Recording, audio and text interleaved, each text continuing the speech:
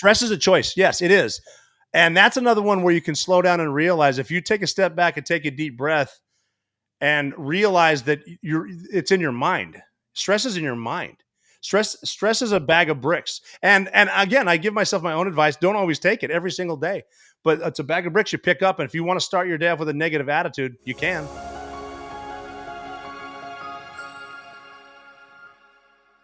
Ladies and gentlemen, welcome to probably the most special episode of Mick Unplugged that we have had to date. We're talking with the Navy SEAL who took out Osama bin Laden. He's a decorated combat veteran with over 400 missions under his belt and the author pulling back the curtain on the life of an elite operator. We're going to go from battlefield to bestsellers and from sacrifice to service. He's relentless, he's courageous, he's legendary, but most important, he's my freaking hero. We're talking about the one and only Mr. Robert J. O'Neill. Robert, how you doing today, brother? I'm well, Mick. Thanks for having me. I appreciate it. It's good to get a chance to sit down with you. Man, I told you offline, I'm the honored one, man. Just what you mean, not just to me, but I would say for all of the Americans here, man. Like, there's not enough thank yous. There's not enough we love yous that we could give you. So I just wanted to give you mine from me personally, bro. That does mean a lot. Thanks. And it was just an honor the whole time. Just, there was a lot of stuff that we did other than the bin Laden raid, but to be picked for that team was just such a great honor. There's just a great group of guys and asked to do a really hard job that, started off horribly, but we pulled it off because we knew how to work with each other. That it is, man. And I finished the documentary.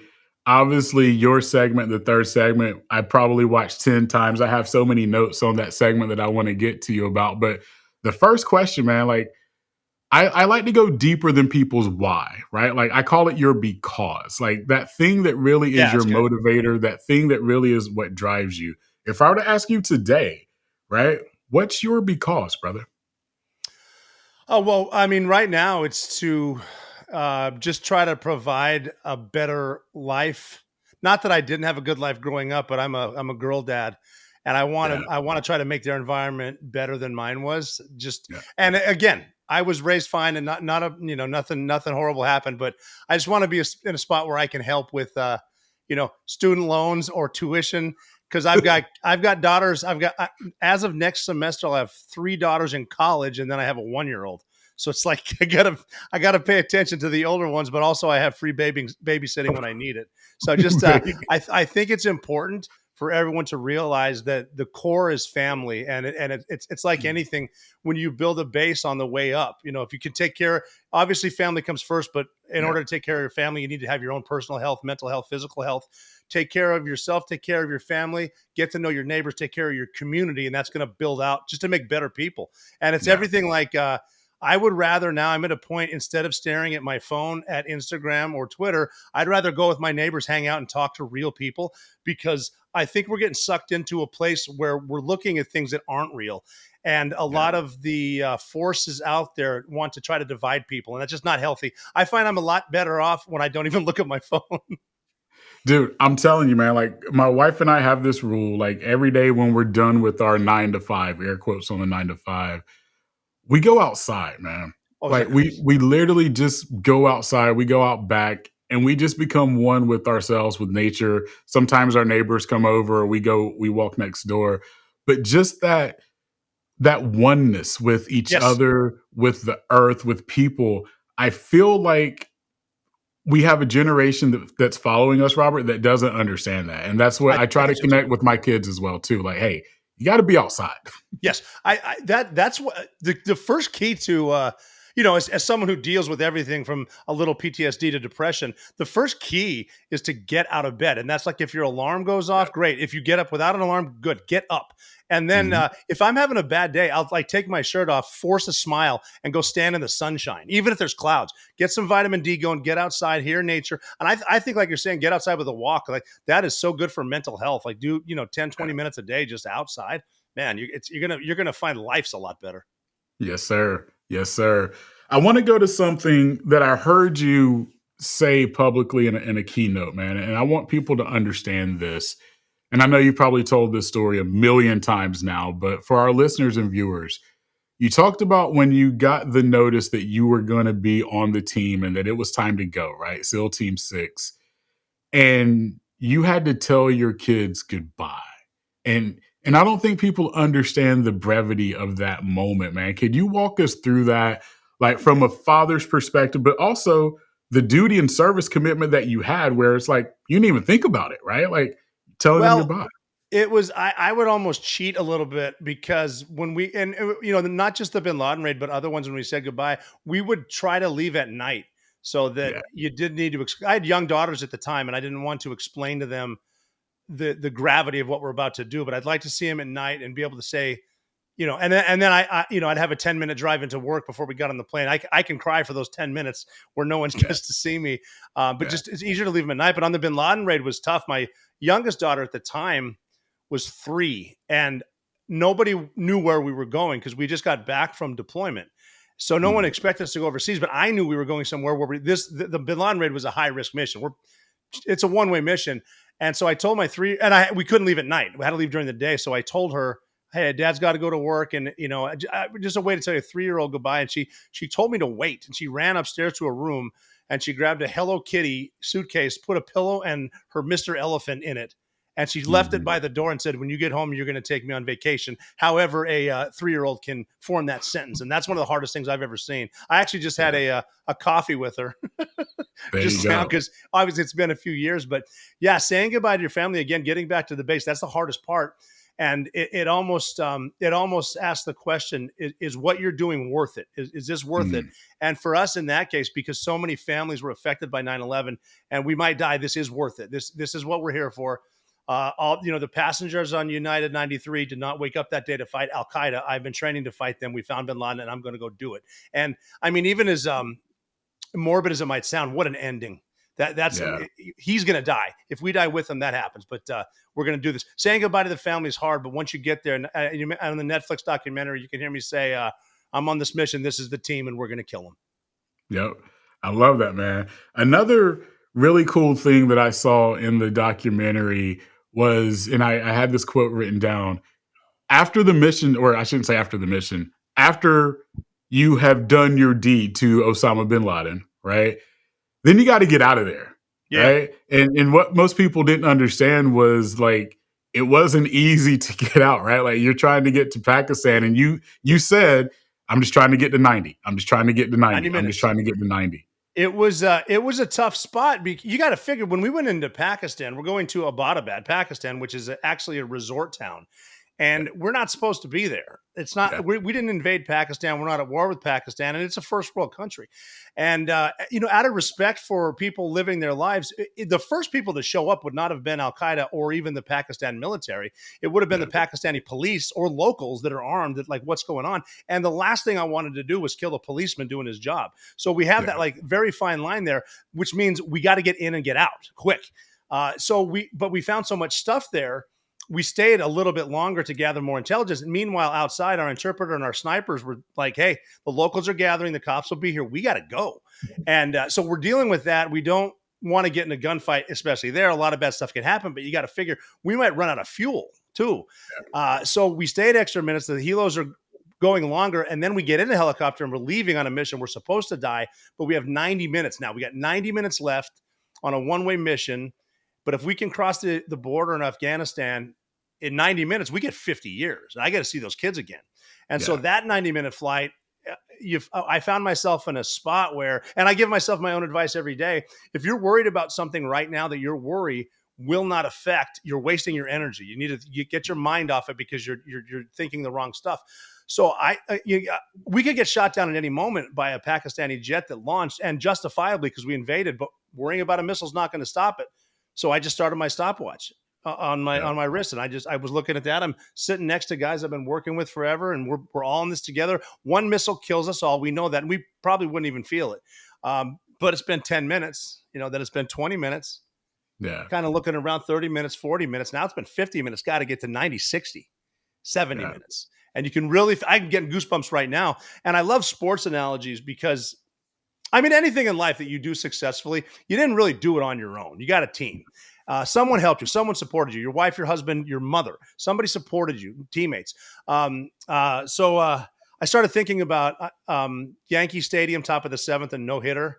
Like if you're watching it, you don't want to say anything, but Yeah. I don't want to jinx it. And then it's been 80 minutes.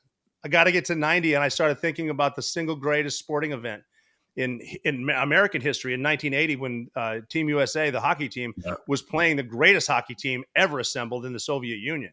And that team hadn't lost. I mean, they're beating people by 10 goals. They won every gold medal since I think the early 60s or 50s. And these college kids have no business being on the ice. But now they're Yep. winning in the third period. And you can hear the crowd counting down. You can hear Al Michaels, 10 seconds, 5 seconds. Do you believe in miracles? Yes. And I'm thinking that stuff so close. And now I hear the pilot. Mhm. He was flying a little faster than 90 minutes because 85 minutes in, he said, all right, gentlemen, for the first time in your lives, you're going to be happy to hear this. Welcome to Afghanistan. Yep. And that's, I mean, Freaking that's for love the, that. I think that's the first time on a mission over 400.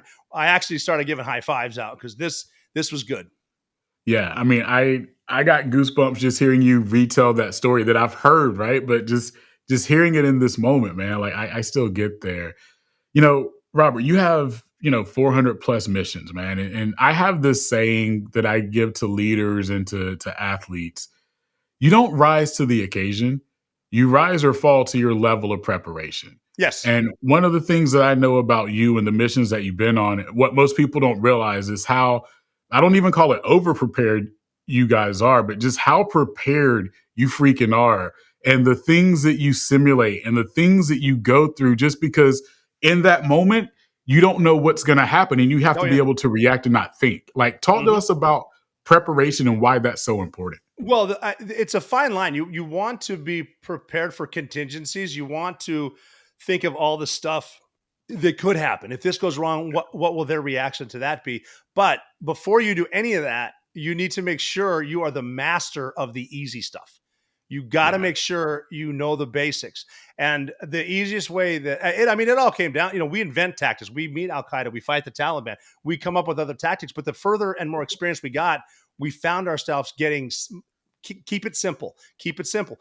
And when someone says, like, even after a helicopter crashing in the front yard, how did you clear a compound as big as Osama bin Laden's? And the answer was simple. The guy in front of me went left, I went right, and we did that over and over. And that's what we did. Right. We mastered the basics. And the way that I put that now is never talk yourself into an ass whipping. It'll come. You don't need to, you don't need all the nonsense. And then another key to our preparation, just doing it so much you get comfortable not getting nervous and yelling, because you'll see in a lot of war movies or a lot of war footage, people screaming, yelling, go, go, go, all this stuff. Pipe down. If you want to communicate very effectively with the team, stop talking. When you're done saying what you're saying, stop saying it. If you're a salesman and your customer says yes, shut up. Don't talk yourself into an ass whooping. Don't talk yourself out of a sale. He said yes, sign the paperwork, shake a hand, thank you. And that's just it. It's just because you're talking does not mean you're communicating. An example too is some of the younger guys, because everything for us seemed to come down to a house, and so we called it close quarters battle, or CQB. And a lot of guys just like to talk because they want to be part of the moment. I had a guy one time, I'll never forget, he in training turned a corner and he pointed up and he yelled, "Stairwell!" And I stopped him and I said, "Hey, dude, look, I saw you do that. I saw you point up. I'm assuming you either saw a stairwell or an 18-foot terrorist. So it's like, we're going to figure it out. You don't need to yell, because when you start yelling obvious stuff, you might as well be saying, here we come. Here we are. We're on the second. Just, Yeah. well, I mean, we crashed a helicopter in bin Laden's front yard, explosion, immediate gunfight. My helicopter landed in the wrong spot. When that 8.5 seconds of complete chaos on the most important mission in modern history was over, and we went in his house quiet. And that's why we were successful, because they didn't know where we were or who we were. Yeah. We had the enemy confused. They didn't know it was us.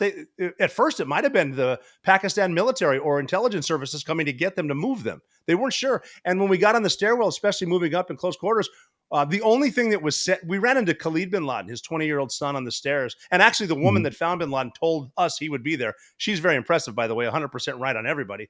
But when we got, the only words I really heard spoken, it was when we got to a place where Khalid was hiding, and the guy up front, the number one man, the point man, just whispered to him. He said, come here, in two different, in Urdu and Arabic. And he said, Khalid, come here. And it confused him. So he just leaned out, and that's how the fight started, because he whispered to him right there and confused him. And then, I mean, again, with preparation, that guy was so smart. He was prepared how to say something in 2 languages he knew the number one terrorist in the world's son spoke. And that's preparation. That is wild, brother. That I is never would have wild. done that. He was way smarter than me, man. I was smart enough to carry the sledgehammer and a gun. I just followed people. No, I love your analogy of keep the simple things simple, right? Like, again, I tell leaders all the time, you're trying to beat down a door or a wall. Well, maybe the door was just unlocked and you could have just turned the knob, right? Did you try opening it? It's almost like when you get to people like in a hotel and we're standing staring at the elevator, you kind of like, did anyone push the button or are we just standing here like a bunch of assholes? but it is that simple. That's one of the steps in getting Yeah. into a house. The first thing you do is check the door. Right. And we ingrain that because when bullets are flying, that's what we do with muscle memory. When bullets are flying, you might forget some of the simple stuff like checking the door. So what we would Yeah. do is if you want to be good at something, do it 10,000 times. If you want to be great, do Yeah. it 100,000 times and do Yeah. everything like you do anything. Little stuff like when we're on the range, if you drop like the pistol range, rifle range, if you drop something, you don't pick it up until it's cold because you Mm. don't want to get in that spot where in a gunfight, oh, I dropped my water bottle. No, you don't need to pick it up. You need to get rounds at the enemy. When the fighting's over and we're about to head back in the helo, then you can grab your water bottle or your magazine that you dropped. And that's just good business because when the bullets Yeah. are flying, you want to do it like you've been doing it. You want to everything from if you're wearing a sports coat, how do you move the coat to get to your pistol? Which part's fast, which part's slow, and then the muscle memory that slow is smooth, smooth is fast. If you want to be fast, slow down. Mm. Mm. I love that, brother. I love that, man. Because you're So you thinking and just brought, talking a lot faster than you realize. Like, yeah. I mean, think about the first time you talked in front of people, and it's like, okay, I got a 45-minute speech, I've rehearsed it. Then you get up in front of them and you're done in 15 because I just ran through it. It's like, oh man, okay, I got to slow down. Dude, I train speakers and I tell them all the time, your first 5 speeches that you do, if they tell you you have 30 minutes, you need to build a 50-minute speech. And That's they're all no like, doubt about it. "What are you Mhm. talking about?" I'm like, Yep, "Just trust me, you need to build a 50-minute speech." Like, I'm gonna train you, I'm gonna coach you, yep, but there's nothing like being live for the first few times yeah, because you don't exactly. understand your pace and you're gonna blow through this. And I Yeah, see folks do it all yeah. the time where it's like, okay, I have 15 minutes. What do I do? I know, right? And well, the key there is, along with preparation, if you forget what you're talking about, just talk about something that you know, and just assume that you Exactly. know more about the subject than the audience. It was funny. My agent, when I first started my very first speech, no experience whatsoever. I was about to get ready, like in front of like 1,000 airline captains, and I called her. I'm like, I've never given a speech before. I've been in gunfights, but am I going to faint out there? And she goes, this is great advice for right before a speech. She goes, okay, here's what you do right now. Go have 2 glasses of red wine, not one, not three, 2. You'll be fine. There you go. I'm Hey, writing that when down. I don't push like comes to wine. If shove, you'd it'll have be said okay. bourbon, if you'd have said bourbon, I was with you. Well, okay, yeah. I mean, she knows me, and if I hit 2 bourbons, I'll hit 4 before the speech, and then it might go sideways. There you go. There you go. Man, so, I call you Butte, Montana's finest, right? Robert That O'Neill. you got to keep in Yeah, mind, Evil Knievel's from Butte, Montana. Evil Knievel's not my hero, though. You That's what I'm are. talking about. Thank you, thank you. You are. Growing up, did you envision this? No, no. I'm not from a military family. And I was never a tough guy, and this was just not an option. I knew dudes that immediately joined the Marine Corps, and then I knew some guys that joined the Army. That's what they always wanted to do. But for me, again, it's okay to have the perfect plan, but Yeah. realize that if you want to make God laugh, tell him what your plan for tomorrow is, because stuff's going to change. The only time the perfect plan exists is while you're planning. Once you leave, stuff changes. That's why you got to be ready for contingencies. But my perfect plan was to play college basketball, get a degree, and work with my dad. And that's how the plan was going. I was in my freshman year. I was playing basketball at Montana Tech, had a bad relationship, and it was one of those moments where, you know what? I want to get out of town now. And Mm. 2 of my buddies that were Marines, the ones I mentioned earlier, they were 2 years ahead of me. I'd see them when they came home, and they looked like U.S. Marines, man. They looked great, uniforms, top notch physical specimens. And I was like, you know what? I want to do that. And the Marine Corps will put me on a bus right now, and I can go to Paris Island and join the Marine Corps. I got to leave town, and that's how it started. Mm. And then I went to the Marine recruiting station. But again, as luck, sometimes it's better to be lucky than good. The Marine recruiter was literally out to lunch, and the Navy guy was there. So I went over to the Navy guy because my two Marines told me the Marine Corps is actually part of the Department of the Navy. It's just the men's Yeah. department, which is kind of cool. Yeah. So I walked in there just to ask the Navy guy if it's part of the Navy, where's the Marine? He said, why do you want the Marine? I said, I want to be a sniper. He said, look no further. We have snipers in the Navy. You need to be a SEAL first, sign right here. And I didn't know what a SEAL was, didn't know how to swim. And I was thinking, I'm kind of naive at 19, but here's a professional recruiter. Why is he going to lie to me? And so I signed, and that's it. And but the cool thing about that is I love referencing the butterfly effect. A decision you Mhm. make right now, good or bad, in 30 Mhm. years is going to have a profound effect on your life. I mentioned my daughters, and I was just talking to them a couple minutes ago, and I'll Yeah. remind them, if that Marine recruiter was not at Arby's at 11:30 on a Wednesday, you would not be alive, because I would have joined the Marine Corps and gone to North Carolina instead of Virginia. That's it. Wow. Is that crazy to think about that? That's crazy. So you didn't know how to swim, No. right? And knowing what I know, yeah, at some point you had to go to Buds, right? So what was Buds Yeah. like, man? Well, my first thought is I should have joined the Navy ALs, just air and land instead of sea, air and land. But I did have someone show me how to swim before I left. Just briefly, a couple strokes. Again, just being lucky in a pool with a guy that that happened to be going on a swimming scholarship somewhere, and he Yeah. taught me. But that was going to be it. I'm not going to quit, but I'll probably fail a swim. But being, positive attitude, I get to live in Coronado for a while, then I'll get sent to a ship and then back in Butte, Montana in 4 years. But the advice that I got, and I've said this before, and it just stuck with me, is an instructor told me before SEAL training, um, you've probably read the books at this point or seen the movies. Regardless of what you've been told, this course is not impossible. People actually graduate. Look at me. I'm living proof. So I'm never going to ask you to do anything impossible, but I'm going to make Yeah. you do something very hard, followed by something very hard, followed by something harder, day after day for 8 straight months. And that sounds like a lot to get from now to 8 months from now, but don't think about it that way, because that's not how you achieve a long-term goal. Do it like this. Wake up in the morning on time, make your bed the right way, and then brush your teeth. That's 3 wins. You just started your day with 3 victories. Good start. Make it to the 4 a.m. workout on time. As I'm beating you, don't think about the pain. Concentrate on your next goal in life, which is breakfast. After Mm. breakfast, get to lunch. After lunch, your next goal in life is dinner. After dinner, do everything you need to do to get back inside that perfectly made bed. And because you took the time for yourself in the morning to make your bed the right way, regardless of how bad today was, and it will be bad, tomorrow's a clean slate and tomorrow's a fresh start. And when you feel like quitting, which you will, do not quit right now. That's emotion. Quit tomorrow. If you can keep quitting tomorrow, you can do anything. And he simplified it. And that's what taught me that Damn. short-term goals equal long-term goals. Don't overwhelm yourself with with the skyscraper, the top of the Empire State Building. Get to the second floor. Man. I don't quit today, quit tomorrow. Just quit tomorrow. And even say it to yourself, boy, this sucks. I'm definitely quitting tomorrow. And then Yeah. tomorrow comes, man, this is horrible. I'm definitely going to quit tomorrow. And you can even tell your friends that, hey, tomorrow you're going to join me, and then see them tomorrow. Like, hey, tomorrow, come join me. We'll ring that bell. Tomorrow, we're quitting. And that kind of helps with admitting, yeah, this is really hard. Not impossible. Look at him. He graduated, and he just, I don't know why that instructor gave me good advice, because SEAL instructors are pretty mean historically. Man. So Buds was literally about just getting to tomorrow, getting to the next goal. And I guess it wasn't even tomorrow. If the next goal is 4 The hours next from now, meal. The get to next 4 hours. meal. Yeah. Yeah. The next evolution. Then finishing the swim 5 minutes before someone so that you have 5 minutes to rest before the 5 mile run. There's little goals like that. But just learning the short-term goals, not worrying about the stuff that can't affect you. Buds was so hard. Buds is basic underwater demolition SEAL training. It was so hard. I remember knowing I had a past. I know I came from somewhere, but I do not have a future. I'm just going to be in hell. And I accepted that, to the point where, there's evolution, meal, evolution, meal. But then Monday came around after 40 days on San Clemente Island.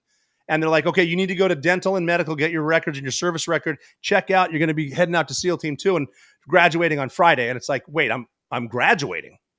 And it's almost like, oh man, I got to be a Navy SEAL now, and you guys haven't taught me anything. What am I supposed to do now? And it's Yeah, kind of man. scary, but it's cool, because this is good for life too. No matter where you are, you're gonna get used to it. So don't freak out off the bat. You get used to it. And one of my favorite sayings, I can't even, for living in the moment, I can't take credit for this, but somebody said, wherever you are, be there. Mm. And if you make yourself available, stuff can happen. I mean, look at Yep. me. My wife calls me the luckiest unlucky man in the world because I had an Army a Special Forces guy say, I'm the Forrest Gump of the Navy, only I'm not as good looking and can't run as fast, which is kind of funny. But just because I was available, I found myself Yeah. on the mountain after the Lone Survivor, Marcus Luttrell. I left my four-year-old daughter's preschool on my birthday, Good Friday, April 10th, 2009, as the lead jumper to rescue Captain Phillips. And we did on Easter Sunday, 16 hours from Virginia into the Indian Ocean. I found myself on the bin Laden raid. I was on the base when Bo Bergdahl walked off. And it's not like I'm a hero. I just was available. I Yeah. didn't slack off. I'm going to do this to the fullest. And just being there, you might get picked for the team. Hey, there it is. That's my leadership lesson number one, actually, for leaders. Be present. That's Right? it. Like, be present, be available. Mm-hmm. That's what your team needs the most out of you as a leader. Present Yeah. and available. You know what else is a leader too? Because I do tell people that panic is contagious. Like if we see it in airports all the time, we all complain about why is everyone line up and why do we box up and get another plane? Why do we always do that? Because we're herd animals and panic is contagious. That's why we ran out of toilet paper in 2020 because someone bought it all. I better go buy what I can and panic. Right. But as a leader, and people don't think of this, as a leader, you know what's really contagious is calm, because nobody knows what you're thinking. They don't feel your adrenaline or your fear, but if they see you calm, they will be calm. Them being calm will calm you down. Yep. So that comes back to slow is smooth. Talk slowly, take a step and breathe, because you're actually moving a hell of a lot faster than you realize. Yes, sir. Yes, sir. You just dropped a quote, and here's where I'm going to give you a shout out. So, a book that has changed my mentality from a leader perspective, and I always felt like I was a great leader, but great people get better, right? Mm-hmm. The Operator, bro. Love, love, love, love, love that book. Um, you have some amazing quotes in there. The first one is, what'd you say? Nothing is scary and stress is a choice, man. Like, talk to people through that a little bit. Yeah, I mean, you don't need to be afraid, but you do need to realize being afraid is not a problem. But fear is healthy and it makes you think more clearly. Yeah. Without fear, there wouldn't be courage. But what was the second part of my quote? I know I talked about fear. What was the second part of that one? Stress is a choice. Stress is a choice. Yes, it is. And that's another one where you can slow down and realize, if you take a step back and take a deep breath and realize that it's in your mind. Stress is in your Yeah. mind. Stress Yeah. stress is a bag of bricks. And again, I give myself my own advice. Don't always take it every single day. But it's a bag of bricks you pick up. And if you want to start your day off with a negative attitude, you can. Or you can throw stress out the window, and you should, because it's in your mind. And it's like the example is guilt. What's the point of guilt? It's that plays over, man. You're not getting Yeah. it back. Yeah. Learn from it. You learn from failure. Stop being guilty about it. Learn from it. Try not to do it again. And if you do, try to learn from it again. The stuff in the past is the past. When I talk to football teams, I will tell the offense, it doesn't matter why it's 2nd and 15, guys. It just is. Right. So you can bicker about it all day long and blame someone. But the thing we all have in common right now is that clock is ticking. What are we going to do? We're just here. It's like the bin Laden raid, helicopter crash. We didn't know it. We're outside. They opened the door for us when we were going to try to blow it up. Didn't know why they were in there, my guys, but they just were. Let's talk about it later. We have a job to do. Got a job to do. Got a job to do. Another quote, man, I want to just briefly go through. You said the scariest thing you ever did was leaving the Navy. Yeah, because again, that was the unknown. And I actually know veterans that would rather go to combat than fill out a resume, because combat makes sense to them. Going into a job interview, I mean, that's not normal for a lot of special operators, especially, and we work mainly with dudes. So it's little things like, hey, job interview, spit out the dip, wear a different pair of shoes. Here's how you tie a Windsor knot. Dress for the job you want. Because like SEALs will show up. I call a tank top and flip flops Navy SEAL business casual. It's like, that's not the case. But see, it doesn't make sense to them because they can show up and kick someone's ass. That's their job. But when you get out of the comfort zone, that's it. You're going to be good at it. And you got to realize the skills you've accrued along the way, just as simple as the stress management, team building, problem solving, and listening, leading, and being led. You bring that Yeah. to a company. You just got to get to the front door and sit down with someone, and it's a fear of the unknown, like anybody else. It's almost refreshing to know that guys like Navy SEALs would be nervous about an interview with Merrill Lynch. That why would that scare them? It's kind of funny, but it's true. And again, it's because that's something else we all have in common. Is there's unknown to all of us, but once you get into it, you're going to get used to it. It's Yeah. going to be normal eventually. Yeah, man. Really good stuff, brother.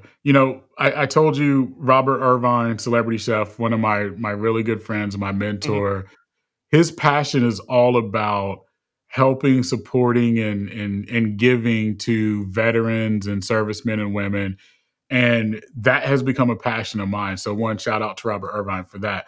But one of the things that I've learned, always being in front of veterans in particular, is while they appreciate the thank you for the service, the conversation should really be about how was your service, right? Right. Like thanking them is one thing, but talking, because what I've learned is sometimes just being able to talk for you, Yeah. for a veteran, is like a dream, right? Like it's one of those things where like, thank you for allowing me to share what my service was like. So I love your take on that a little bit too. That's really good because, yeah, a lot of people don't know how to respond to thank you for your service. It's like, okay, thank you. Um, Right. I actually had one guy that instead of saying, you're welcome, he would say, you're worth it, which is a good answer.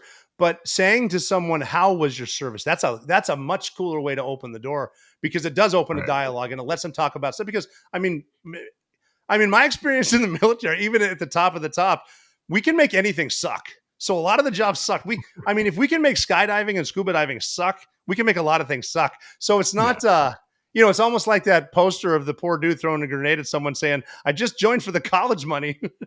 but Yeah. but saying, "Yeah, how was your service?" That's almost a better way to do it, just because it gets Right. people talking and they can explain. Because not all veterans have like a platform like I do, but they definitely had a more dangerous job than I did. Because Mhm. we as Navy SEALs, we were able to fight on our terms, and we could fight at night, and we can see at night the enemy can't. Imagine being that 20-year-old dude from Georgia who's driving down Route Irish in Iraq, wondering, "Am I going to blow up now? Am I going to blow up now? Am I going to blow up now?" And he does that for 13 straight months, every single second. That's going to wear on it, and probably you've seen your friends get blown up. That's going to wear on you.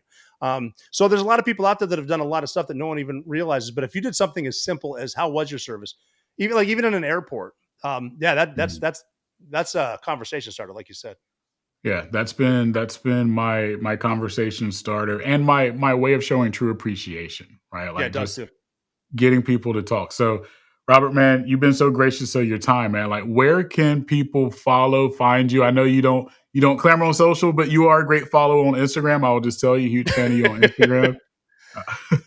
Yeah. So robertjoneal.com is my hub.